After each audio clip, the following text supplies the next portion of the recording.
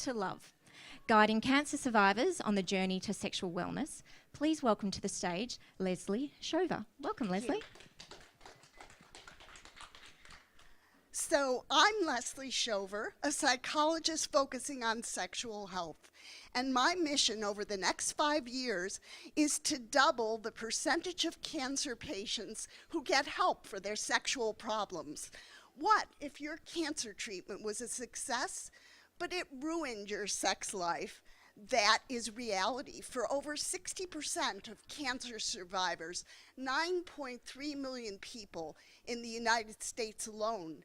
Yet fewer than 20% get professional help.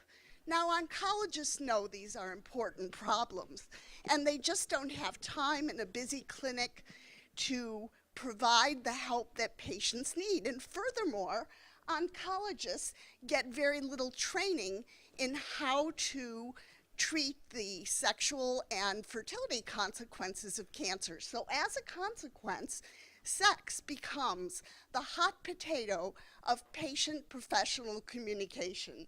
So the doctors say, the nurses can talk about that. The nurses say, no, that's the doctor's job. And psychologists and others just say, I wish someone else would talk about it. And who loses? It's the patient, who often ends up with what I call unrealistic sexpectations. So for example, men with prostate cancer are often told that after radical prostatectomy or newer forms of radiation, they'll have an 80% chance of recovering good erections, when the truth is more like 20%.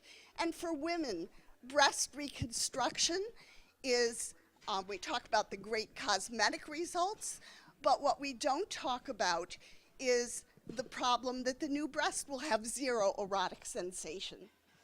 So with the diagnosis of cancer comes the need to make quick decisions. And that means it's hard to compare the sexual side effects of different cancer treatments. And it's even hard to delay treatment to take a couple of weeks to freeze eggs or sperm for the future. Often, making it even more complicated, there's more than one person involved. There's a partner, or for our younger patients, a parent. And if we want healthcare professionals to do a better job, we need to give them the tools to make this easier. So the internet is a big help because you can provide help online 24/7 in the privacy of home. And sex is, of course, a very private issue. A step care model can work well. So you can give everybody great educational materials and online forums, and you can provide evidence-based self-help tools. And for those with low e-health literacy, help with a patient navigator, or some people will want expert sex therapy or fertility counseling with a telehealth psychologist. And we can't provide specialist medical care online, but we can direct patients where to go. So I just wanted to show you a little data from our self-help interventions. In this study, we randomized women to either get our website as a self-help tool, or during the 12-week treatment period, to get 3 supplemental counseling sessions. And you can see that the counseled group improved more and faster. But over time, those self-help women continued to use the website, and by 6-month follow-up, the 2 groups were equal and had significant gains.